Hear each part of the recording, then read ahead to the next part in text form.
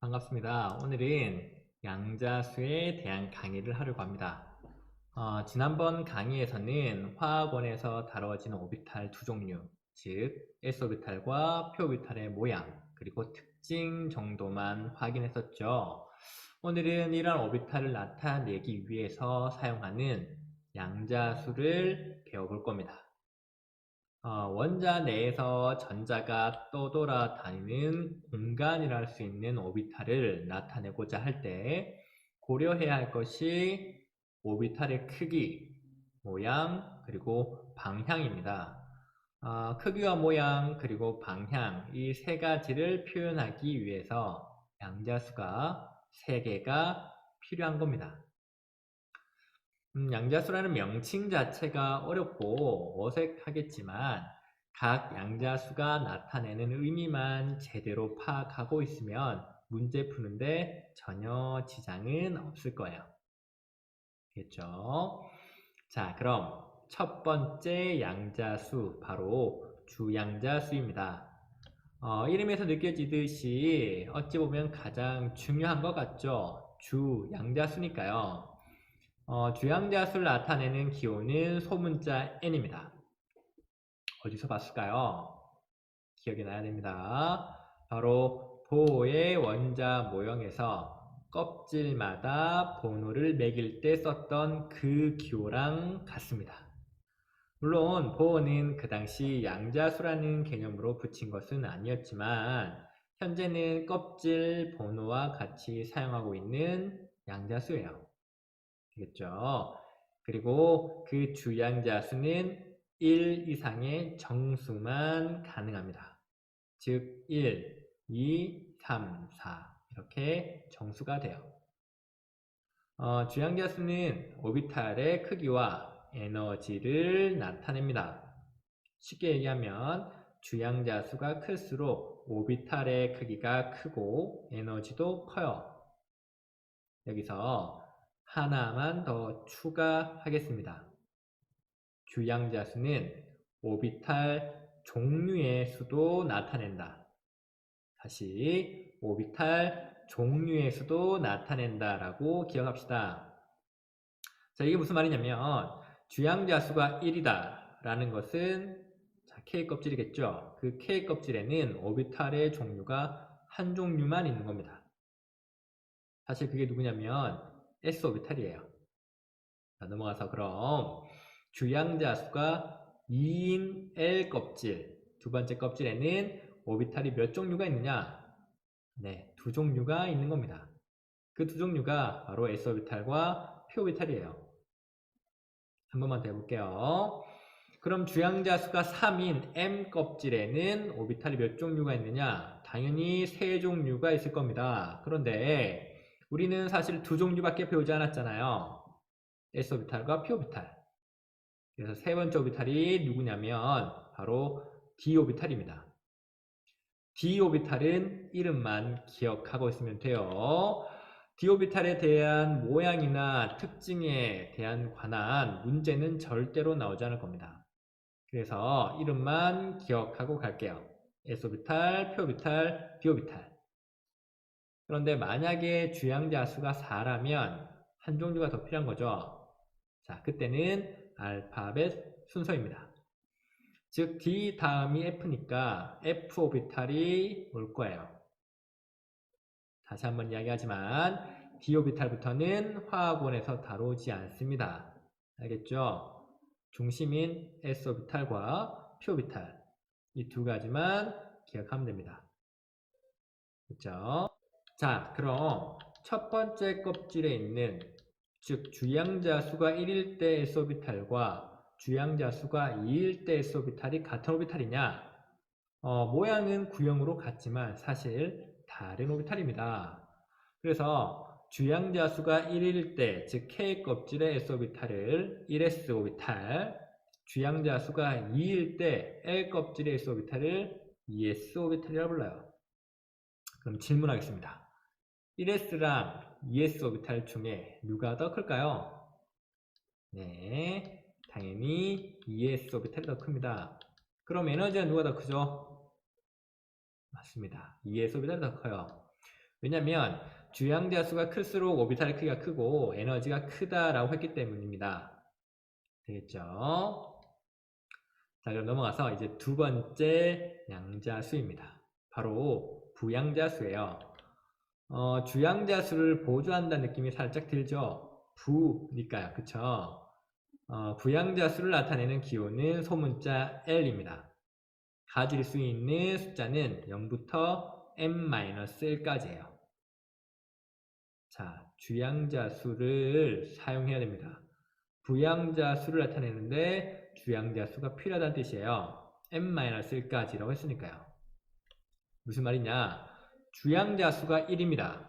그때 가능한 부양자수는 0밖에 없죠. 그쵸? 0부터 n-1까지니까요. 한 번만 더. 그럼 주양자수가 2라면 가능한 부양자수는 0과 1이겠죠. 부양자수가 무엇을 나타내는지 느낌이 어느 정도 올 겁니다. 부양자수는 바로 전자구름의 모양, 즉 오비탈의 모양을 나타냅니다. 우리가 배운 오비탈의 모양은 두 가지였죠. S오비탈과 P오비탈입니다. S오비탈은 구형이고 P오비탈은 R형이에요.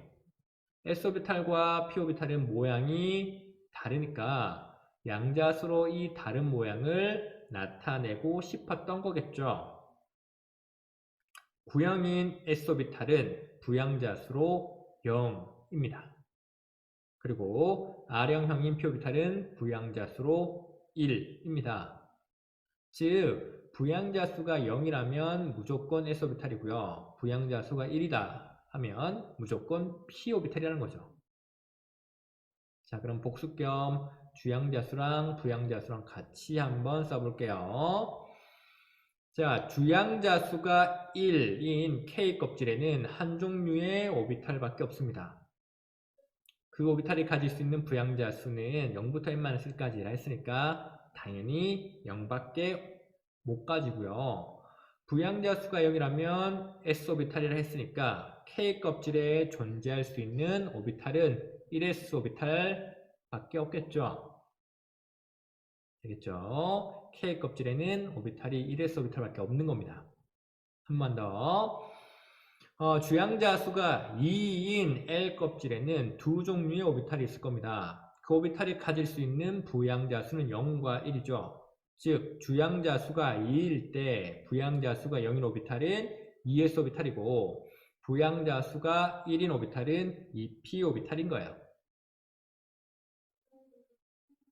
이때 1s 오비탈보다는 2s 오비탈이 크기가 더 크고 에너지도 큰 겁니다.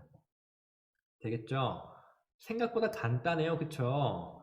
그리고 우리가 이름만 알고 있는 d오비탈은 부양자수로 2일 겁니다. 이건 참고만 하시면 돼요. 자, 벌써 양자수 두 가지를 배웠습니다. 남은 양자수는 하나, 바로 자기 양자수예요. 자기 양자수를 나타내는 기호는 ml입니다. L이 같이 적히는 걸 보니 부양자수의 영향을 받겠구나 라는 것이 느껴지죠. 자기 양자수가 가질 수 있는 값은 -L부터 +L까지의 정수입니다. 즉 자기 양자수는 부양자수의 영향을 받고 부양자수는 주양자수의 영향을 받아요. 됐죠? 자, 그럼 예를 들어서 확인해 볼게요. 부양자수가 0일 때 이때는 자기 양자수가 0밖에 없습니다. 맞죠? 그럼 부양자수가 1일 때는 자기 양자수가 -1, 0, +1. 자, 몇 개가 있는 거죠? 네, 3개가 있는 겁니다. 눈치가 빠른 친구들은 벌써 알아차렸을 거예요. 부양자수가 1이라는 것은 P오비탈입니다. 이 P오비탈을 나타내는데 필요한 자기 양자수가 -1, 0, +1이라는 거야. 왜 자기 양자수가 3개나 필요할까? 하는 거죠. 자, P오비탈 기억이 나야 됩니다. P오비탈은 3개 오비탈, 즉 PX, PY, PZ 오비탈 이렇게 3개가 있다고 했죠. X축, Y축, Z축으로 전자가 발견될 확률이 높다. 즉, 방향성이 있다라고 했습니다. 자기양자수는 오비탈의 방향을 나타내는 거예요. P오비탈은 자기양자수가 3개니까 방향이 3개다 라고 기억하면 되는 겁니다. Px, Py, Pz를 각각 나타내기 위해 필요한 양자수가 자기양자수이고 그 숫자는 -1, 0, +1 이렇게 표현한 거예요. 되겠죠? 오늘 배운 양자수 3가지를 이용하면 사실 세상에 존재하고 있는 모든 오비탈을 나타낼 수 있습니다. 오비탈마다 다른 크기와 모양 그리고 방향을 주양자수, 부양자수, 자기양자수로 나타내기 때문이겠죠. 됐죠? 그럼 문제 하나만 풀고 마칠까 합니다.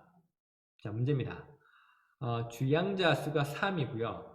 부양자수가 1인 오비탈은 몇 개가 있을까요? 부양자수가 1이라는 것은 P오비탈 뜻할 겁니다. 그리고 주양자수가 3이니까 이 문제는 3P오비탈을 이야기하는 거겠죠. 그래서 답은 3P오비탈 1개라고 적으면 되느냐? 아닙니다. 그렇죠? 자, 부양자수가 1이라면 자기양자수가 -1, 0, +1 즉 3px, 3py, 3pz 오비탈 이렇게 3개의 오비탈을 묶고 있는 거죠. 답은 3개입니다. 되겠죠? p오비탈은 2p오비탈이나 3p오비탈이나 모두 px, py, pz로 방향은 3가지라는 겁니다. 그게 p오비탈의 특징이니까요. 기억해야 됩니다. 알겠죠? 자, 오늘 양자수에 대한 개념 설명은 여기까지입니다. 이 강의를 통해 화학이라는 과목이 어렵지만 않다라고 느꼈으면 좋겠습니다. 부족한 강의지만 수강한다고 고생했습니다. 감사합니다.